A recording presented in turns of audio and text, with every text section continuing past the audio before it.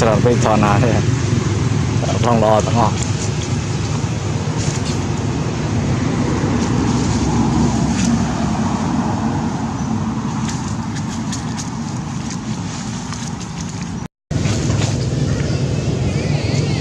để thọ man chạy như kia đúng mất sẽ có thợ nhôm tiền đang có phải thọ trong đó mấy cái tầng quay thọ bên bàn nhưng mà chúng có trong tay nữa trâu răng gọi chúa mòn là dòng chơi có tên toàn là dòng chơi để đai đi đai dòng chơi cái đâu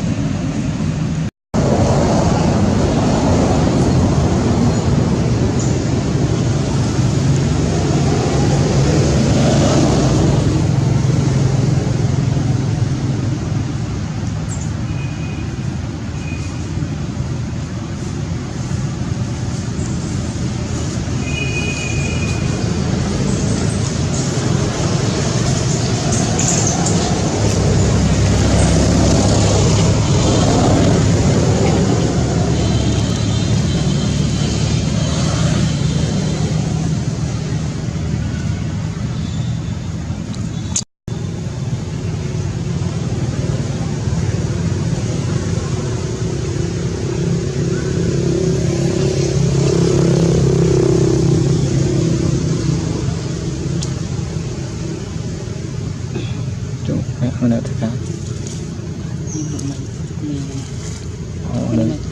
cái thiệu thôi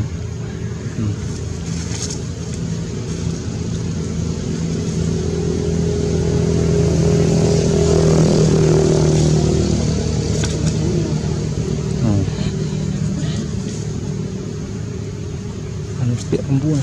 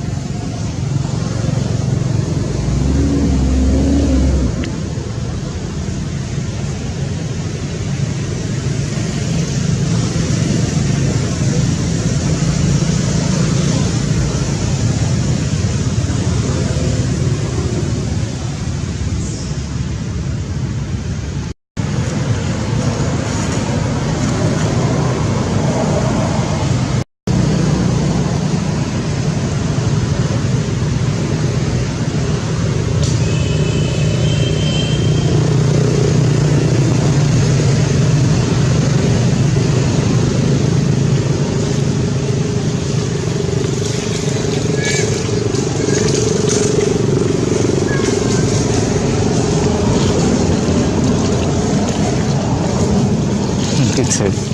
bằng một ngà phong rò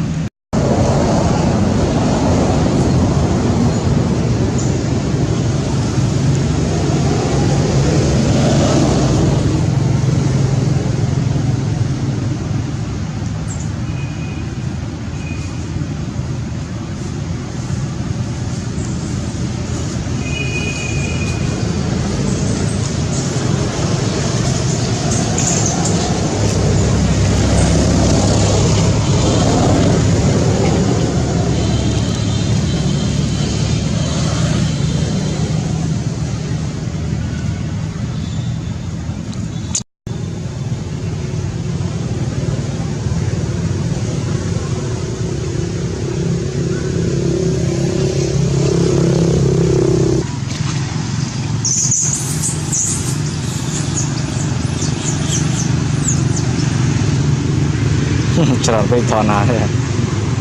ថងល្អទាំងអស់